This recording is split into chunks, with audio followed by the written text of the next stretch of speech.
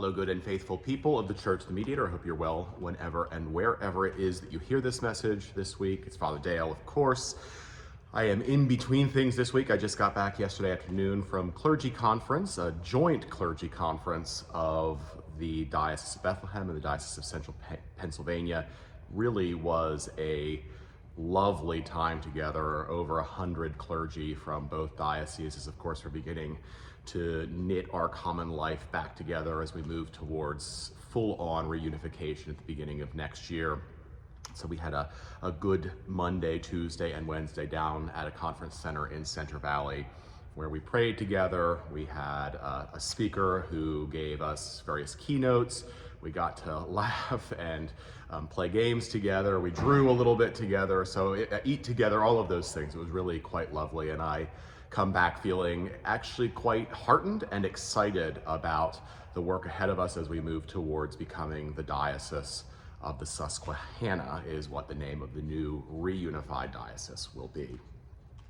I am leaving this afternoon to go to Manhattan. I think I mentioned I maybe mentioned this to you last week in my video, that I'm going to the House of the Redeemer in Manhattan, which is an Episcopal retreat house on the Upper East Side of Manhattan, 95th Street between 5th and Madison.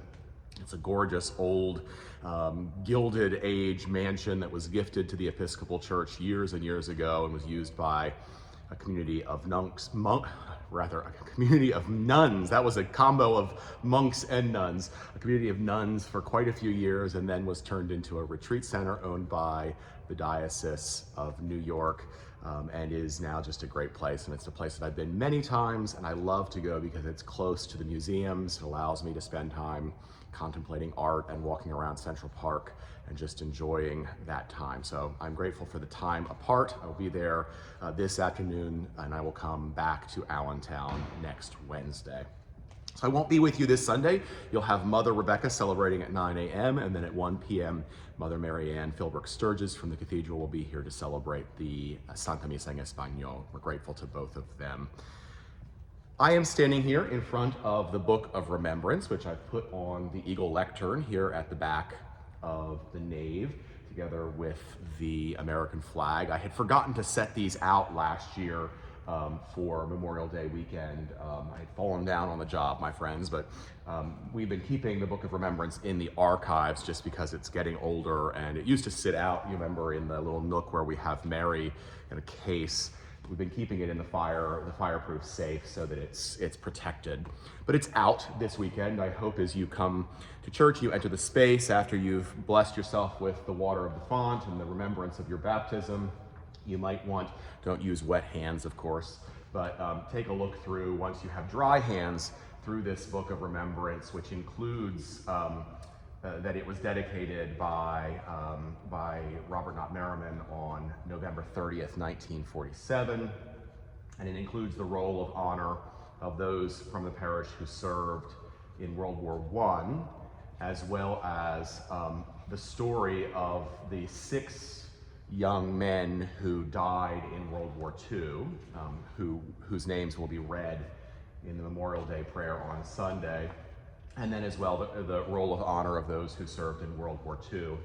And I have here, I noticed, there's not many names that I recognize or that I think are still around in the parish, but I did notice that on this page, we do have Kenneth R. Weston, who is marked as MD, Dr. Kenneth Weston, who of course was the dad, the father of Maureen and Pam.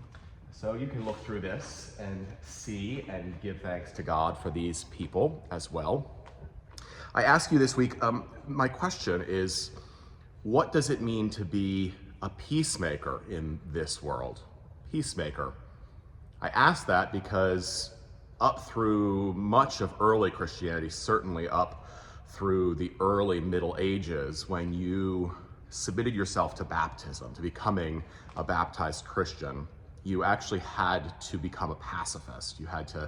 You were required to lay down arms. This is the reason why many officials, like Emperor Constantine, for example, waited until his deathbed to be baptized, because in order for him to be baptized, he had to renounce any military action and had to renounce any use of violence in order to become a Christian, a baptized Christian.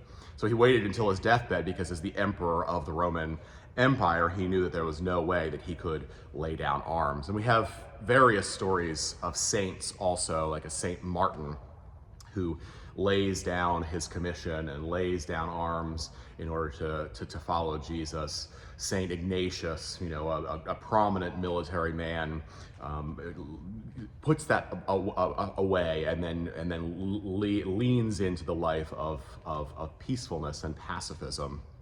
Of course, I say this as one who comes proudly from a military family. My mom and my dad were in the Navy. My grandfather served in my grandfather Granfield was in the Royal Army, and my uncle Granfield was in the Royal Marines, and my grandfather on my mom's side served in the Air Force, and I have my older brother was career Air Force and retired. So family of those serving in the armed forces of the United States and of Great Britain.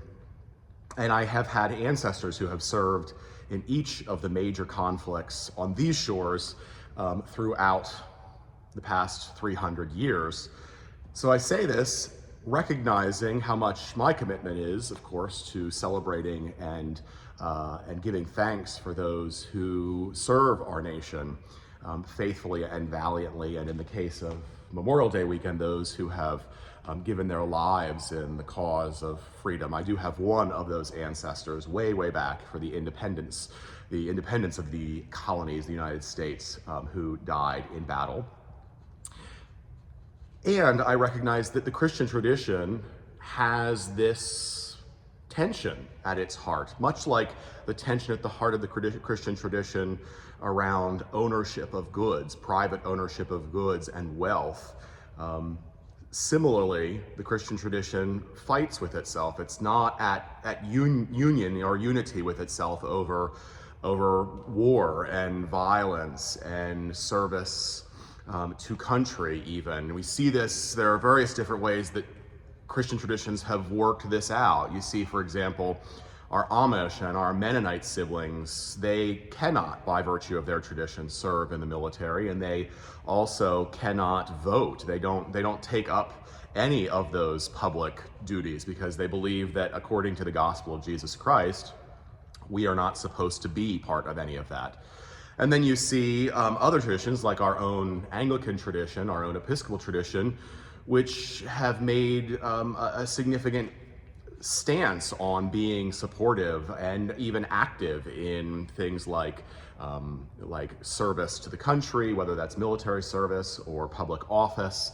And those traditions, we have to be able to live in the tension of that and also understand that in some ways we're always called, whether we're serving in the military or whether we're committed to being pacifists, that we're always called to be people of peace, people of peacemaking in the world. And that works its way out in various different ways for each of us as baptized Christians. I think I realize that my stance of peace in the world is perhaps very different than someone who's currently serving in the armed forces or who has served in the armed forces in a time of conflict even. My stance of peace might be creating peace with those around me with whom I might otherwise like to war. And I don't know how you live out your stance of peace and of being a peacemaker. I do realize, of course, that true peace is not ever achieved without there being true justice and true liberty. We need those things in order for true peace to be attained and to be forged. In order for that to happen, we have to be committed to justice making and to bringing all people to liberty. That way, I'm just thinking aloud for you today about peacemaking in this world, how you live out your stance of peacemaking, what that looks like for each of you. Give thanks for those who gave their lives from this parish, in this case in World War II. And I looked through the record books and I have not seen that anybody else has died in battle from this parish that I could find, at least. I did that last year. Nobody else has died from this parish in battle since World War II. I could be wrong about that, and if I am wrong about that, please let me know, and I would like to actually have those names added to the Book of Remembrance as well. I'm sure there are others who have served valiantly and with honor from this parish in the conflicts since World War II, and eventually we probably should also have their names added to the honor roll of the parish in this book. That's a project perhaps at some point in time for our archives and archivists, but that's another thing for another day, my friends. I wish you each well. I will not be with you, as I said, on Sunday, so I will be thinking of you and praying for you as I go to church in Manhattan. Please pray for me as I'm on retreat. I am grateful for that, and I look forward to seeing you next week. Blessings.